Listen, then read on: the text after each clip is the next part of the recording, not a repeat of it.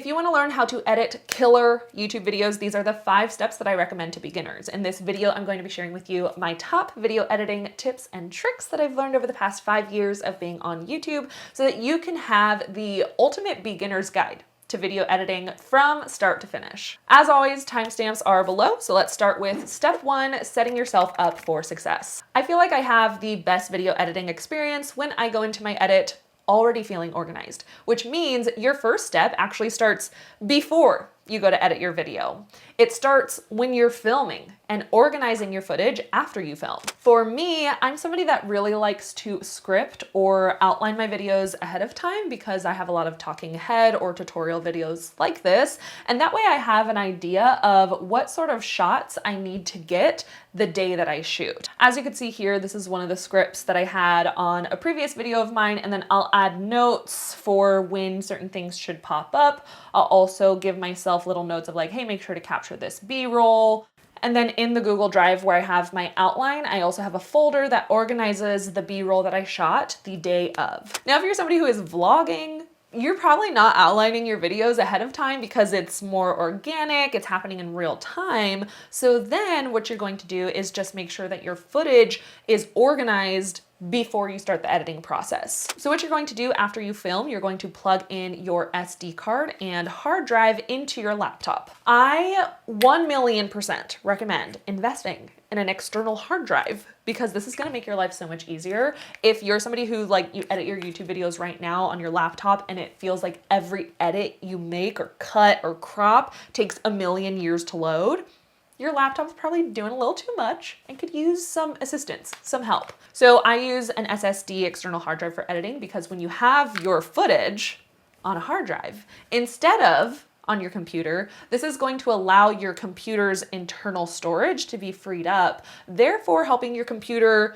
load and edit faster because it's not being weighed down by the 24 hours of footage that you shot for your vlog. So yes, this does mean I keep my hard drive plugged into my laptop while I'm editing because all the footage is on here. When you plug both of these things in, you're going to want to choose an organization method that works best for you. This is how I have all of my footage organized. On the left-hand side is my hard drive and right is the SD card. So I'm going to open the footage that I shot here and I have everything organized here. YouTube by year first, then by month, and then by video title. So right here, I'm gonna go to my channel 2.0 because this was a vlog that I did, not for this channel. It has nothing to do with like education. It's documenting my marathon journey. So I have this folder here, and within the title of the video, I also have folders like A-roll, B-roll, and project. A-roll is the primary footage of your video. This is typically where you're talking to the camera. So me talking to you, this is A-roll, the telling portion of the video. And then B-roll is the showing portion of the video. You're probably not talking to the camera. You're more so doing things on camera. So all of the videos where I'm talking to the camera, I'm going to choose those. Talking, and I would drag those over to the A-roll. And then everything else that's more showing, not me talking, supportive footage, I'm gonna drag that over to the B-roll. And then we have this project folder, which we'll get into later on in the video.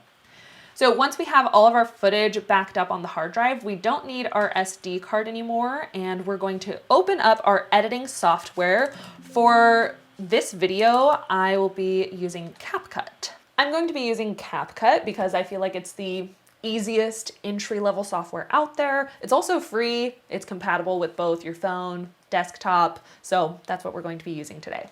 Okay, to get started, we are going to create a new project. We're going to import all the footage that we want.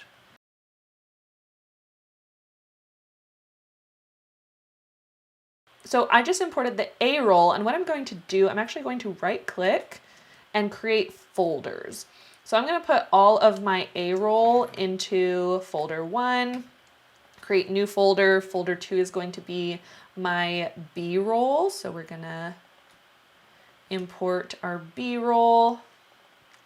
If you have additional graphics or audios that you want to use, that's where I would create additional folders. So right click, new folder, put all of your audio in folder 3. Right click, new folder, all of your screenshots, graphics, memes, GIFs, whatever in that next folder. So that's how I keep everything organized while editing. Now, all of the footage that I'm using for this vlog is footage that I filmed on my Nikon Z30, which is by far my favorite camera for content creators.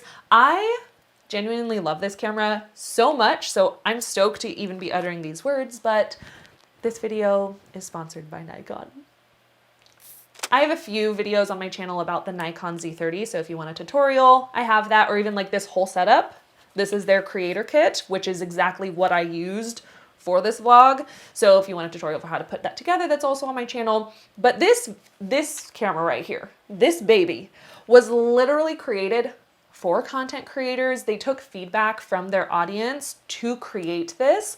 The camera is optimized with a flip out screen that's also touch screen, by the way. And this helps a lot for my vlogs. I was able to make sure like, okay, am I in frame? When I'm setting up the tripod, I'm like, cool, am I in the shot? So that was really helpful. It also has a record light right here. So when you're recording, the light is on, and that way I'm not like worried like, oh, is the camera recording? Is the camera, you know, sometimes that happens.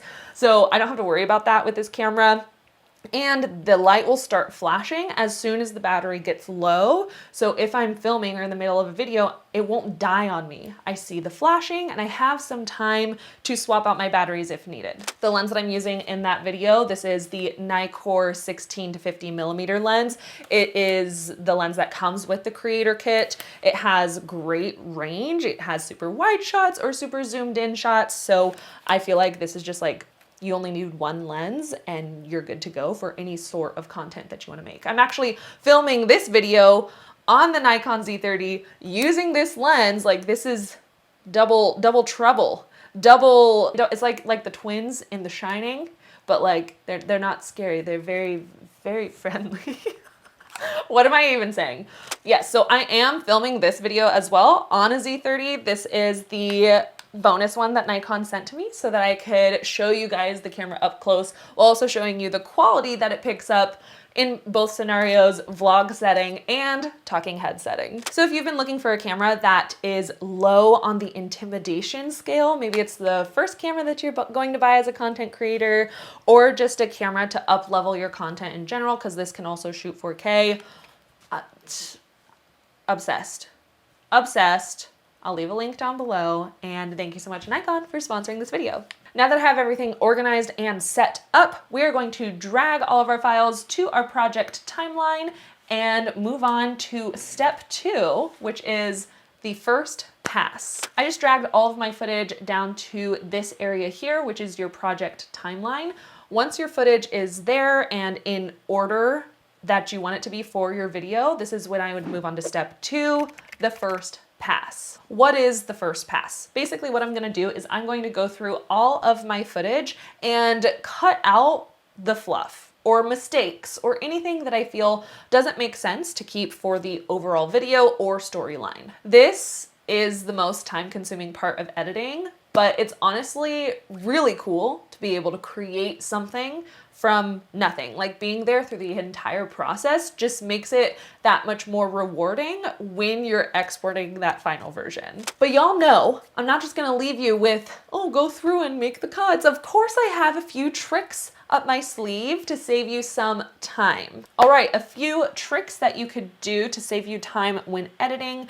The first tip that I have for you, something that I am actually doing in this talking head video right now, is adding claps when you film. I think this is most helpful for talking head videos like this. It's something I used to do back in the day when I first started my YouTube video and I was editing videos myself. So basically after I have a really good take where I was like, oh, finally I got it, I would clap so that when I was going through the footage and I would see a spike in audio, I know that's a good take. And then I could use whatever was right before it and then cut out the rest. So to go with that, another trick that I learned from Think Media specifically is to edit your video backwards. So starting at the end, because usually when you have a video like this, if there's a lot of talking head stuff or you're talking to the camera, your best take is going to be at the end. So if you start at the end, you know what your best take is, you could cut and then remove everything in front. And so reverse editing alongside the claps is such a good combo for kind of getting through this first phase of removing the fluff, cutting out mistakes, etc., etc. Now, the next thing that's going to save you time, and this is going to be different for every software, and it's learning the shortcuts for the software that you're using. With Capcut, Control B will split the clip. So there, it just made a split. If you are in the middle of a clip and you have a clip highlighted here, W will remove everything to the right of that clip and just cut it right away. Control Z is undo. Q will remove everything to the left of your marker. So it just removed everything to the left. Control Z, undo. Backspace deletes whatever is highlighted. Control Z. So those are just a few shortcuts that help me move through my edits quicker because I'm not having to be like, okay, which one's splice again? Which one's cut? I just know the movements in my hand and then I could get through this first phase quicker. So let's go through, let's cut the fluff and get this vlog going.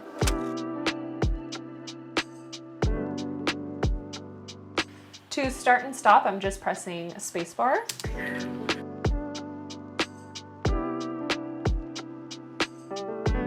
If you're somebody who is editing on Capcut and you notice as you press play, it's taking a bit to load and you're still using an external hard drive, then what you're going to do is go to Modify, Performance, and turn on proxies. This is going to help your editing process, just everything load a little bit quicker. Now, if you're a new YouTuber and you're looking for resources to help you walk through getting your channel set up or getting started with monetization, I do have an ultimate YouTube starter workbook that you can download completely for free down below. This is over 20 pages of an interactive workbook style to help you define your content strategy with a YouTube starter checklist, equipment guide, and my step-by-step process for coming up with endless of YouTube video ideas. So if any of that sounds helpful to you, make sure to download the Ultimate YouTube Starter Workbook below. Now, once you're done with the first pass, let's move to step 3, mastering the hook. I will say with step 3 and 4, they're kind of interchangeable. Maybe you prefer to start with step 4 before doing step 3. That's fine. Personally, for me, I like to make sure that the hook of my video is finalized, so that way I know the purpose and the pacing of the rest of my video. When I edit my hook first, I feel like it helps remind me what's going to carry the storyline that I promised the viewer at the very beginning of the video. The hook is the line or portion of the video that intrigues your audience enough to keep watching. Now, we could look at Mr. Beast as an example of somebody who knows how to make a really good hook. We all know that. But in reality, different video types call for different hooks. The 4 main types of content people tend to produce. So educational, entertaining, inspirational, and relatable. Mr. Beast falls into the entertainment category, so of course his hooks are going to be highly produced, fast-paced, sometimes even high risk in a way. But for somebody like me who's in the educational category, my hook to my video might simply just look like telling you exactly what to expect in the video and getting straight to the point. My hook to this video wasn't anything crazy like, I edited for 10,000 hours straight to find the best internet, that wasn't my intro, because that's not the point of the video to be crazy Mr. Beast. The point is just to get straight to editing, teach you how to do it. I could make a whole video dissecting video hooks for each content type. So if that's a video that you're interested in seeing, comment below and let me know, because that sounds pretty fun. But for now, I'm just gonna edit my hook for what I think is going to be the most engaging to my audience, to the people that this video is for. I'm thinking What will capture their attention? What are they here to see? Why should they even watch the rest of my video? So with this hook, let's see what this one says. It is 13 weeks until I run my very first marathon ever. So I created the ultimate game plan for it. Let me show you. So first thing that I'm looking for with my intro, I want to make sure there is no breath of death or millennial pause where it's like a pause, like here. I'm looking at myself in the camera. It is 13 weeks. There's a pause there. So I want the video to start right away with me talking. So I'm looking for these audio lines on the bottom. I'm going to split and I'm going to delete this and make sure it gets straight to it. It is 13 weeks. Perfect. So that's what we want. And then same thing for the end of my clip. Let's see what it says. Ultimate game plan for it. Let me show you. I have like a little pause there. So as soon as I say it and I emphasize the T, I'm going to cut. For it. Boom. You can see the audio ends right about there. Let's delete that. Let me show you. I'm going to cut out the pause. I'm going to get straight to let me show you. And then when I go to show them, I'm just going to do 2 quick clips. Not going to waste any time. Boom. Turning on the light. And then jumping straight into it with the audio. Here is the ultimate game plan. Perfect. Something else that I'm going to do with the hook, I'm going to kind of dabble into step 4, but I'm just focusing on the hook because this is just my preference. I like to see what the hook is going to be like so I know the pacing for the rest of my video. It is 13 weeks. I'm going to zoom in when I say 13 weeks. So it is 13 weeks. It is the ultimate game plan. Nice. I'm going to zoom in on ultimate game plan too. So I'm just adding cuts. Here, we're going to click on this clip. We're going to zoom it in a bit. Okay, so something else that I'm looking for when I do this zoom in, I'm trying to keep my eye line on the same level. So I'm going to put my finger literally right here where my eyeball is in the intro. And then I'm going to see where it moves to. Okay, it's kind of similar, but it's a little bit higher here. So I'm going to keep lowering this frame until, ooh, there we go. It matches the eye line. Boom, boom. Yeah, buddy. We like that. So anytime I'm doing a crop in like that, I want the eye line to match. Cool. And then we could also add crazy text if we want to. So you can add all of your text manually like that for your intro. You could also do auto-generated captions. I would do this after you've trimmed all the fluff because doing the auto captions where like it's going to scan it for you, make it pop up for you, it's going to do that for the entire video. So I would just do that once you have all the fluff trimmed out. There are a lot of text options in Capcut, so you can make it super animated, fun. I'm just going to keep mine simple for the sake of this video. It is 13 weeks until I run my very first marathon ever. Cool. Now, if you've learned something new so far, or you're enjoying this video, I'd love if you could give this video a like because that increases the chances of somebody like you to come across it. And if you've learned 2 things new by the end of the video, be sure to subscribe to my channel because it is a free way to support my business so that I can continue to make free content like this every week for you. Moving on to step 4, adding in the spice. Now we're going to do another few passes through our video. This time we're going to be adding extra effects to the video. This is anything that keeps the video moving, keeps it engaging for the viewer. For example, cuts. You could cut in, cut out, kind of like I did in my intro. This is a great way if you just have one clip and you're in the same place the whole time. You could zoom in, zoom out. It's gonna keep the viewers engaged, kind of like with this video, we've been cutting in and cutting out and cutting in, cutting out, even though I haven't really moved much. Just a great way to keep you visually engaged. Same thing, you could add audio, sound effects. So with this text in the beginning where I'm like, oh, 13 weeks until my marathon, I could add audio where it's like, do, do, do, you know, like 13 weeks, boo, boo, boo. I could add audio now during this 4th step. This is also where you will watch the whole video through to add B-rolls. Now to save time, I find it easiest to do each edit in batches. So when I'm going through my timeline this next time around, I'm first just focusing on those cuts, cutting in, cutting out, maybe even adding transitions between the scenes. As I'm going through this phase to like add those cuts, add the zoom in and out, whatever that first effect is that you want to do first, as I'm doing that, I'm going to add a marker, press M, anytime I'm like, okay, I want to come back to this spot and add B-roll, right? So now I'm gonna add markers for, oh, here, B-roll needs to go there. It's gonna add a little marker here to your timeline so that when you come back, you already know, cool, markers here, let's drag the B-roll. Now there's a marker, or over here, boom, add marker. So that way, when you're going back on like your next pass, you have markers in place to add B-roll, add audio, add text, whatever that is that you want to be tracking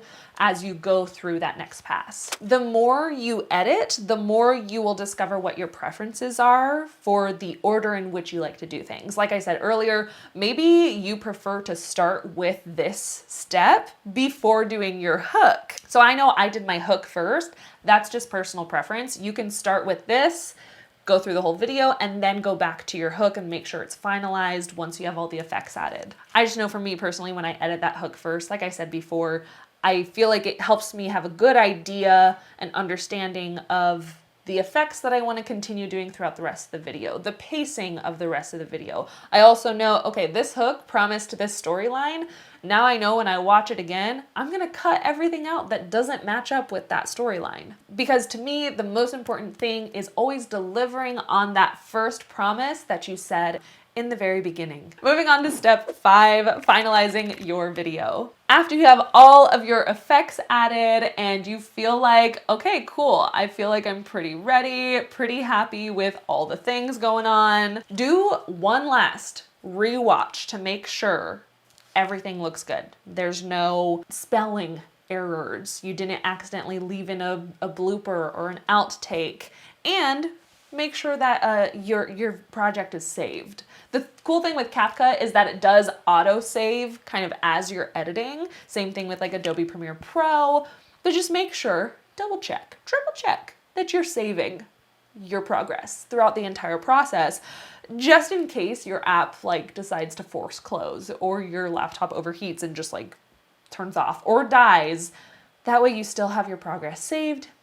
You can take a break, come back, and your project will be there waiting for you. Now for exporting, we are going to make sure that a few things. Before we export, our file name and settings are all good to go. Before exporting, we are going to press modify. We are going to make sure the name marathon journey vlog of our video is there. We're gonna make sure that the frame rate, all this information matches the frame rate that we recorded our project on, or our videos on. So I know my Nikon camera, when I filmed this, I had everything set to 1080 by 30 frames per second. So I'm making sure frame rate is matching the clips that I filmed it on. Ratio, we could leave it at the original. Everything looks good, and then we're going to save. Once it is saved to wherever it kind of like auto saves, I'm going to drag a copy of the project onto my hard drive. The final edit is gonna go here under project. That way I can continue to free up space on my laptop. So once I have the video backed up here, it's edited, maybe it's already posted to YouTube, maybe it's been a few months, I don't know, it's been a month or two, and I have the project backed up onto my hard drive. I know it's backed up. Then when I'm editing in Capcut, I can clear and delete projects to continue to make space on my laptop. Alrighty, what's next? Well, if you're somebody who is ready to start growing your YouTube channel, I recommend watching this video next, where I share with you the exact steps that I would take if I had to start from zero on YouTube to grow my channel quickly. And if you've made it this far, be sure to comment the secret emoji down below so I know who made it here, and I will see you in the next one. Thank you. Bye.